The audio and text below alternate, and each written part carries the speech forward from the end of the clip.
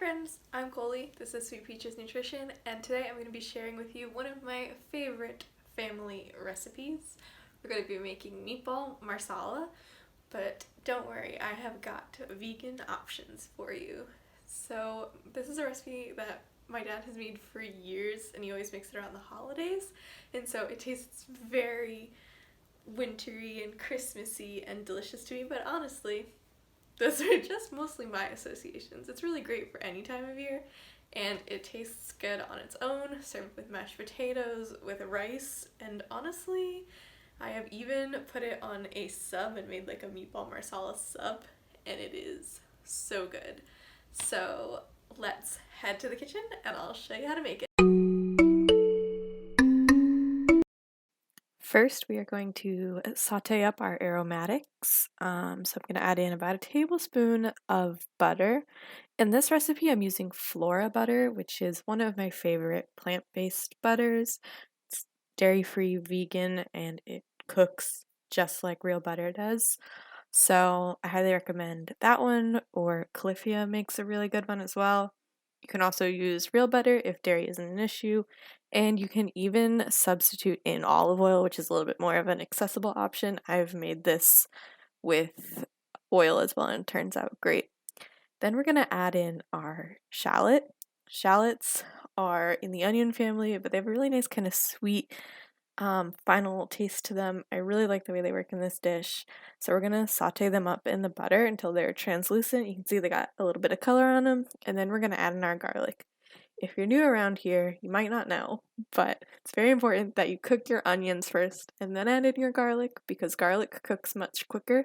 And if you put them in at the same time, you're probably going to burn your garlic. Next up, we're going to add in our mushrooms. So I always like to prepare my mushrooms by removing the stems. It's just a preference thing. I don't love the texture of the stems as much. And then I sliced these. You can also quarter them. You can leave the stems on. That's really a matter of preference, or even buy them pre-sliced if you know you're going to cook them so they don't go bad. And then I'm just going to let these guys saute away. We want them to cook down and release their liquid. It was starting to get a little dry, so I added in some more butter. Like I said, you could use a combination of butter and oil, just butter, just oil. You just don't want anything sticking and burning, and it's going to help build a delicious sauce, so you really can't have too much butter in my opinion. Also, look at this spoon that my mom got me for Christmas, so nobody infects my wooden spoons.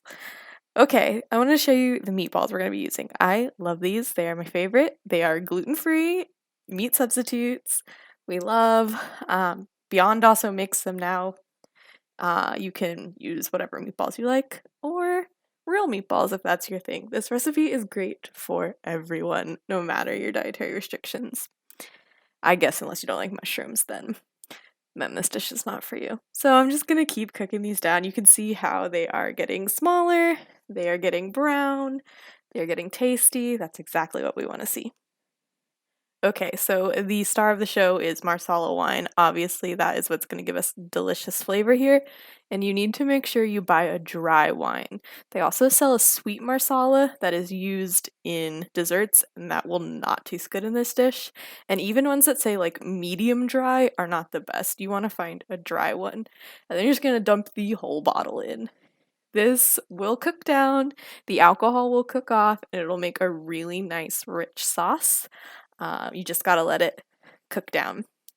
And then of course we want to add in our pepper, our salt. Do not forget to season your food, and taste as you go. Obviously here we don't want to taste it right now because it'll just taste like wine. And also remember that when you are reducing your sauce, you want to add salt slowly, because as it cooks down, it will get more condensed and saltier. So salt as you go. And then also we're adding in a little bit of white pepper. If you've never had white pepper, it has a very funky smell, but I promise it tastes better than it smells and adds a really nice, unique flavor to this dish. Okay, so you can see we get it up to a nice simmer, little boil. We're gonna let the alcohol cook off, and then we are going to thicken this up into a sauce. And the best way to thicken this sauce, since it's really chunky, is to make a slurry. So that's what I'm doing here. I'm removing some of the liquid and I'm gonna whisk the flour into this separated liquid to make a slurry and then pour that into the dish so that you avoid getting clumps of flour. It's an extra step, but nobody really wants a chunky sauce. So as you can see, I'm going to add the flour into this instead of the whole dish. And as you can see, it takes a second to get it incorporated, but it's much easier to whisk flour into just a liquid than a liquid full of mushrooms. So make sure you get your slurry nice and uniformly whisked together before you add it into the pot. And you can see here, we have a nice thickened liquid that's then going to thicken our whole sauce. And then you're just going to keep letting it simmer. The alcohol's going to cook off, it's going to reduce, it's going to thicken, and don't forget you can find the blog post link below with all of the ingredients and cooking times and everything written down. And then as our sauce is almost finished, it's time to add in the basil.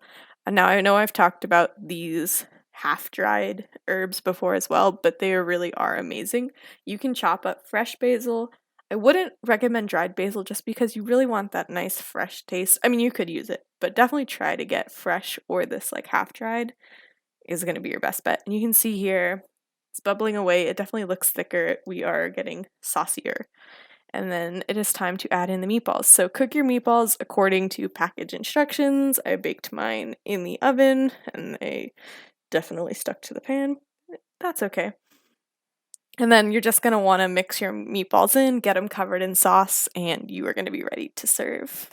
And just like that, our meatball marsala is finished. Like I said, it tastes great over mashed potatoes, over rice. A meatball sub is delicious, and you are ready to serve. So thank you so much for watching, and let me know if you have any questions in the comments below, and I will see you guys in the next video. Bye!